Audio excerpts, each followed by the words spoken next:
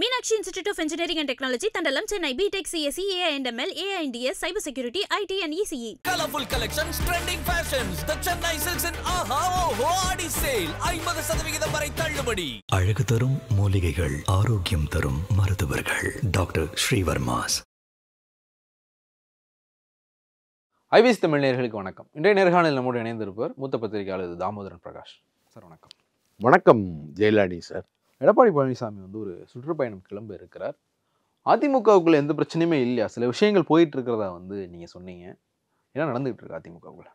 அதிமுகவுக்குள்ள ஒரு பெரிய பிரச்சனையாக இருக்கிறது வேலுமணி.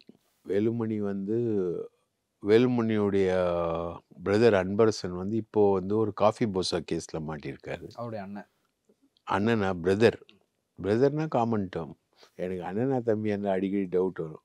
அவரோட அண்ணனா அது அன்பரசன். அவர் ஒரு காஃபி போசா கேஸில் மாட்டியிருக்காரு.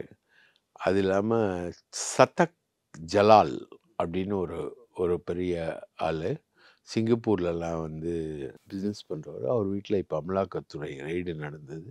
அந்த அமலாக்கத்துறை ரெய்டுக்குள்ளே வேலுமணியும் அன்பரசனும் வராங்க. அது இல்லாமல் கொடநாடு கொலை வழக்கில் வேலுமணியுடைய கார் பயன்படுத்தப்பட்டது அப்படின்னு குற்றச்சாட்டு வந்தது. அது நம்ம ஐஜி சுதாகர் அவர் விசாரிக்கும் போது வேலுமணி சொல்லிட்டார், அதை பயன்படுத்தியது அன்பரசன், எனக்கு தெரியாது அப்படின்ன மாதிரி. சரி, இந்த மாதிரி மாநில அரசு, மத்திய அரசு உட்பட அனைவருடைய வழக்குகள்லையும் சிக்கி இருக்கிறவர் வேலுமணி. சின்ன சந்தேகம், சுதாகர் ஐபிஎஸ் இப்போ டெபுடேஷனில் இருக்கார் இல்லையா? முன்னாடி இல்லை, இப்போ டெபுடேஷனில் டெல்லியில் இருக்கார். போதைப்பொருள் தடுப்பு பிரிவில் இருக்கார். அவர் முன்னாடி கொடநாடு வழக்கை விசாரித்தார்.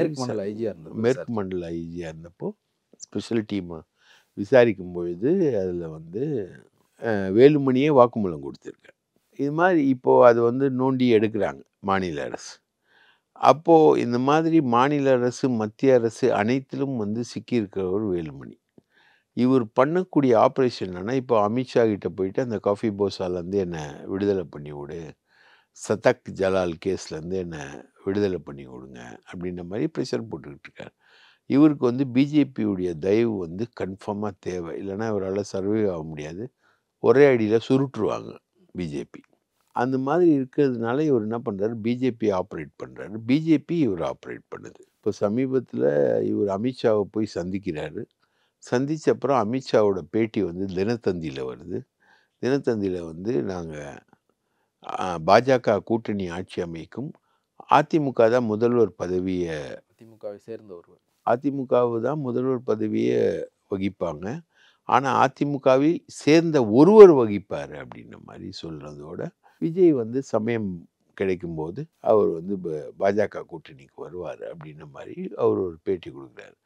இந்த பேட்டிக்கு முன்னாடி வேலுமணி, எங்கள் தென்சென்னை மாவட்ட செயலாளர் ஆதி ராஜாராம், அது இல்லாமல் அரக்கோணம் ரவி, இப்படி ஒரு டீம் இவர் தலைமையில் போய் பார்க்குது. முந்தா நாள் கூட வேலுமணி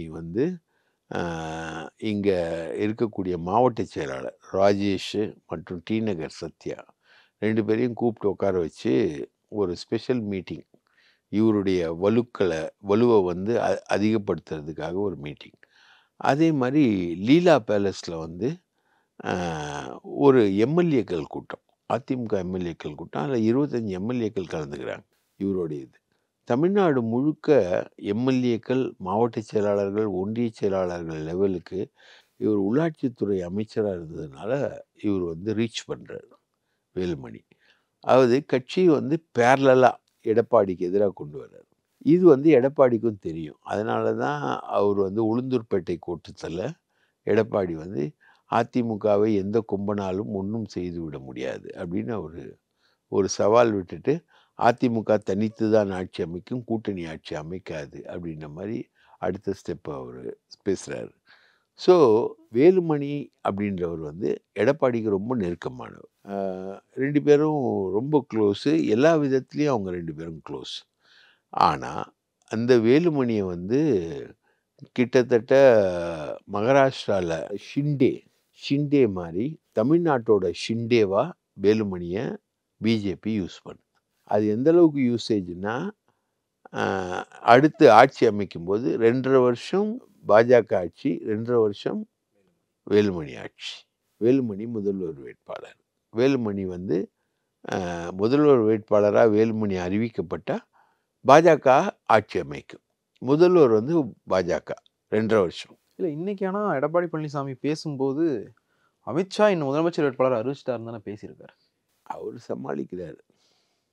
அமித்ஷா முதலமைச்சர் வேட்பாளராக இவர் அறிவிக்காதது தான் தினத்தந்தி பேட்டியிலேயே வந்துருச்சு. அதிமுகவிலிருந்து ஒருவர் தேர்ந்தெடுக்கப்படுவார் அப்படின்னு அமித்ஷா சொல்லும் பொழுது அது எடப்பாடி பழனிசாமிக்கான கால் கிடையாது, அது வேற கால் தானே அது. அப்போ அது வேலுமணிக்கான கால் தான். இப்போது அதிமுக முழுக்கவே உங்களுக்கு என்ன பேச்சு போயிட்டுருக்குன்னா, வேலுமணி வந்து முதலமைச்சர் வேட்பாளர் ஆகிறாரு, பொதுச் செயலாளராக அண்ணன் செங்கோட்டையன் வர்றாரு, மற்றவங்க எல்லாரையும் ஒன்றா சேர்க்கிறாரு, ஓபிஎஸ் சசிகலா எல்லாரையும் ஒன்றா சேர்க்கிறாரு. 6 மாதத்துக்கு முன்னாடி பேசப்பட்ட கதையை திரும்பி பேச ஆரம்பிச்சிட்டான். மறுபடியும் பேச ஆரம்பிக்கிறாங்க. அப்போ தான் வந்து அதிமுக ஜெயிக்கும், எடப்பாடி ஃபார்முலாவில் போனால் அதிமுக ஜெயிக்காது அப்படின்ற மாதிரி ஒரு பெரிய டாக் வந்து நீங்கள் டீ கடையிலேருந்து எல்லா மட்டத்துலேயும் அதிமுகவில் நடந்துக்கிட்டு இருக்கும். இல்லை இப்போது பாஜக எடப்பாடி பழனிசாமிக்கு எதிராக எவ்வளோ பெரிய விஷயத்த பண்ணுறாங்க அப்படின்னா எடப்பாடி பழனிசாமி மேலே ஏதோ ஒரு அவநம்பிக்கை அவங்களுக்கு வந்திருக்கணும்ல. என்ன அது அப்படி பார்த்தா இன்றைக்கி அவருக்கு Z+ பாதுகாப்பு கொடுத்துருக்காங்க. அவர் மேலே வந்து ஒரு சாஃப்ட் கார்னரில் தானே பிஜேபி இருக்கிற மாதிரி தெரியுது எடப்பாடி பழனிசாமி மேலே. Z+ இப்போ விஜய்க்கு Y+ பாதுகாப்பு கொடுத்துருக்காங்க. விஜய் என்ன அனௌன்ஸ் பண்ணுறாரு, சந்திரபாபு நாயுடு வந்து முன்னாடி சொன்ன மாதிரி ஒரு அனௌன்ஸ்மெண்ட் பண்ணுறாரு, நான் பாஜகவுடன் சேரமாட்டேன் அப்படின்னு. சந்திரபாபு நாயுடு ஒரு பிரச்சனையில் வந்து சட்டமன்றத்தில் அழுவுறதுக்கு முன்னாடி வரைக்கும் அவர் நான் பாஜகவுடன் சேர மாட்டேன்னு தான் சொன்னார். இதே எடப்பாடி பழனிசாமியும் என்ன சொன்னார், நான் பாஜகவுடன் சேர மாட்டேன்னு சொல்லிட்டு SDPI மாநாட்டிலேயே அறிவித்தார்.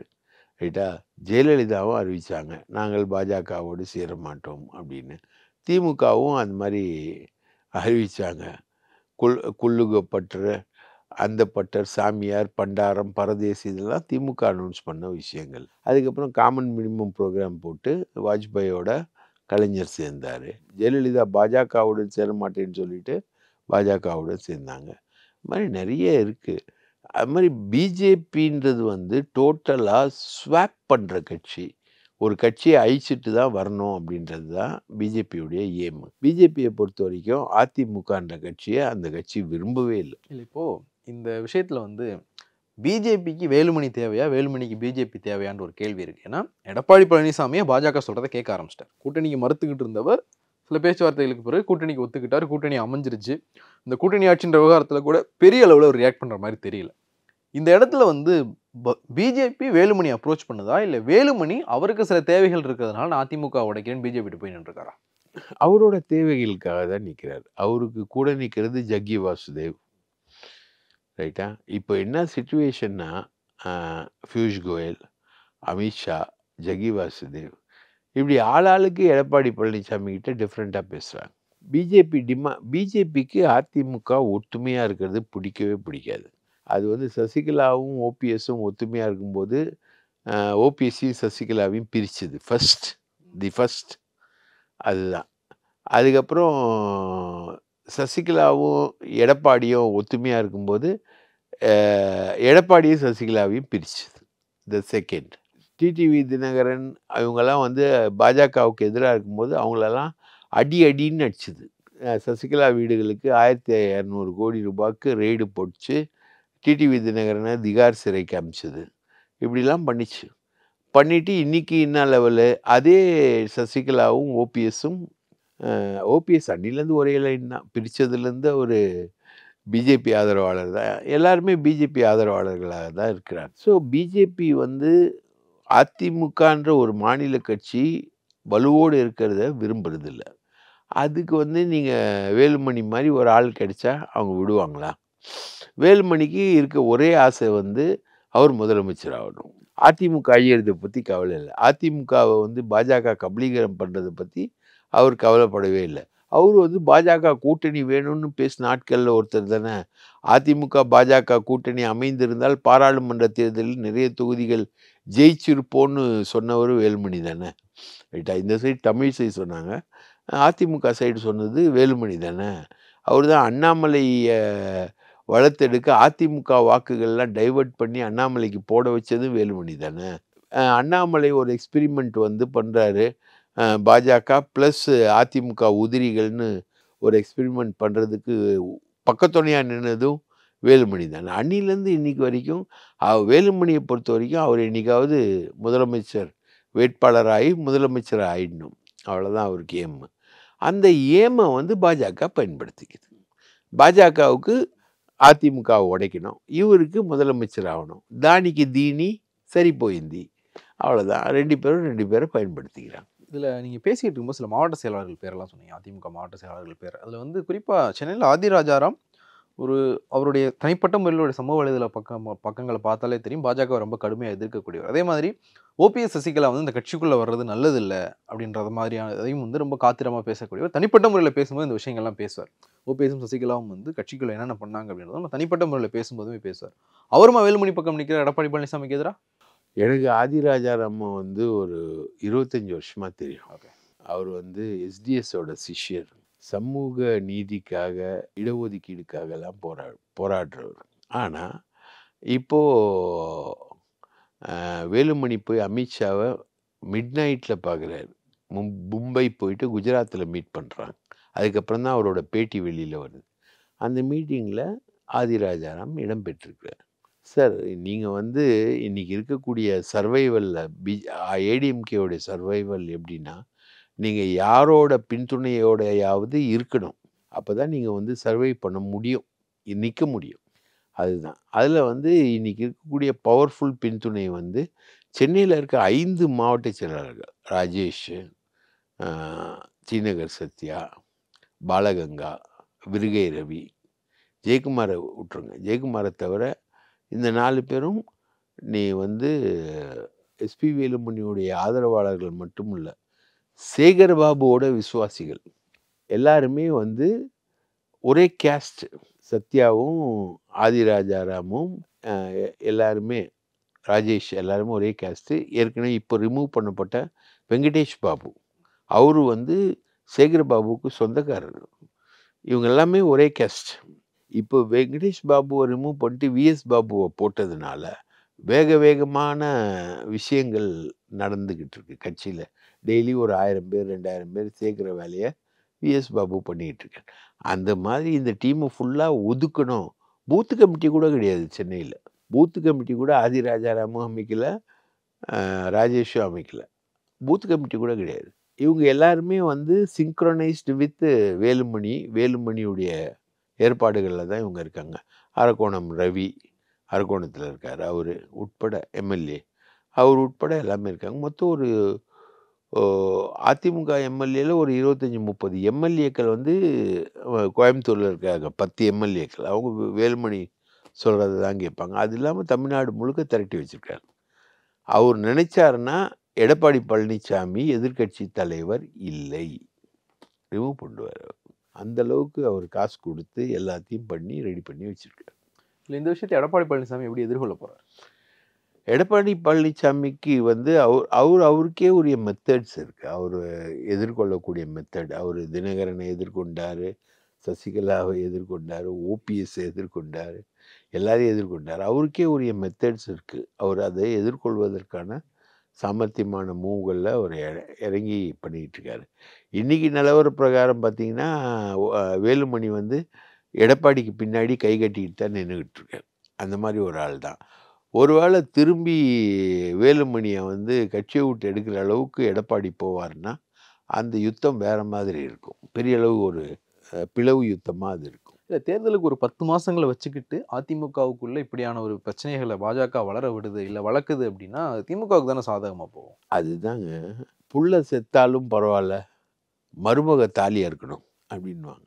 புள்ள செத்து போயிட்டாலும் பரவாயில்ல, என் புள்ள செத்தா பரவாயில்ல, என் மருமக தாலியாக இருக்கணுன்றது தான். இவங்க வந்து பிஜேபி வந்து சீரியஸாகவே வந்து ஒரு வெற்றிக்கான விஷயங்களோட அவங்க நிற்கலை. அதிமுகவை அழிக்கணும், அதிமுகவை அழிக்கணும். அவங்க அதிமுகவை அழிச்சா தான் அவங்களால வளர முடியும்.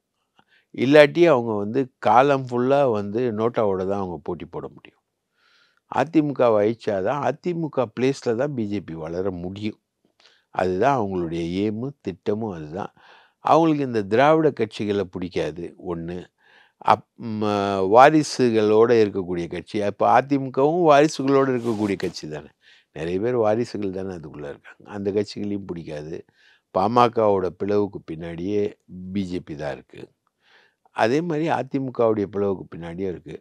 ராஜ் தாக்கரேயும் உத்தவ் தாக்கரேயும் ஒன்றா சேர்ந்து மகாராஷ்டிராவில் 3வது மொழி வரக்கூடாது அப்படின்னு ஒரு போராட்டத்தை அறிவித்த உடனே தேவேந்திர பட்னவிஸ் டொமால்னு போய் காலில் விழுந்தார். மகாராஷ்டிராவில் 3வது மொழி வராது, இந்தி வராது அப்படின்னு போய் காலில் விழுந்தார். அப்போது இவங்களோட கெயின் என்னென்னா, ராஜ் தாக்கரேயும் உத்தவ் தாக்கரேயும் எல்லாருமே வந்து பிரிஞ்சிருந்தா இவங்களுக்கு கெயின் தானே. அது மாதிரி இந்த பிரிவு தான் இவங்களை பொறுத்த வரைக்கும். இன்றைக்கி நடப்பு இந்திய அரசியலை பொறுத்த வரைக்கும் எந்த ஒரு அசைவுமே பிஜேபி இல்லாத ஒரு அசைவு அப்படின்னு நீங்கள் கற்பனை பண்ணிங்கன்னா நீங்கள் மிகப்பெரிய முட்டாள். எல்லாமே பிஜேபியுடைய அசைவு தான். பிஜேபிக்கு எப்போ தேவை, எப்படி தேவை, எங்கே தேவை, எதன் அடிப்படையில் தேவை, அந்த அடிப்படையில் இன்றைக்கி வேலுமணி காய் நவுத்தும், நாளைக்கு எடப்பாடிக்கு Z+ செக்யூரிட்டி கொடுக்கும். ரைட்டா? எடப்பாடிக்கு முக்கியத்துவம் அப்படின்ற மாதிரி வரும். இது எல்லாமே வந்து பிஜேபியுடைய அசைவு தான். அவனின்றி ஓரணுவும் அசையாது. நன்றி சார். எடப்பாடி பழனிசாமி எப்படி எதிர்கொள்றார் அப்படிங்கிறத பொறுத்து வந்து பார்க்கலாம். உங்களுடைய இணைவு கருத்து பெருக்கு மிக்க நன்றி. வாய்ப்பளித்ததற்கு மிக்க நன்றி. மற்றொரு நிகழ்ச்சி சந்திக்கலாம். நன்றி, வணக்கம். Meenakshi institute of engineering and technology, Thandalam, Chennai. BTech CSE, AI&ML, AI&DS, Cyber Security, IT and ECE. Colorful collections, trending fashions. The Chennai Silks in Aha Oho Adi Sale. 50% வரை தள்ளுபடி. அழகு தரும் மூலிகைகள், ஆரோக்கியம் தரும் மருத்துவர்கள். டாக்டர் ஸ்ரீவர்மாஸ்.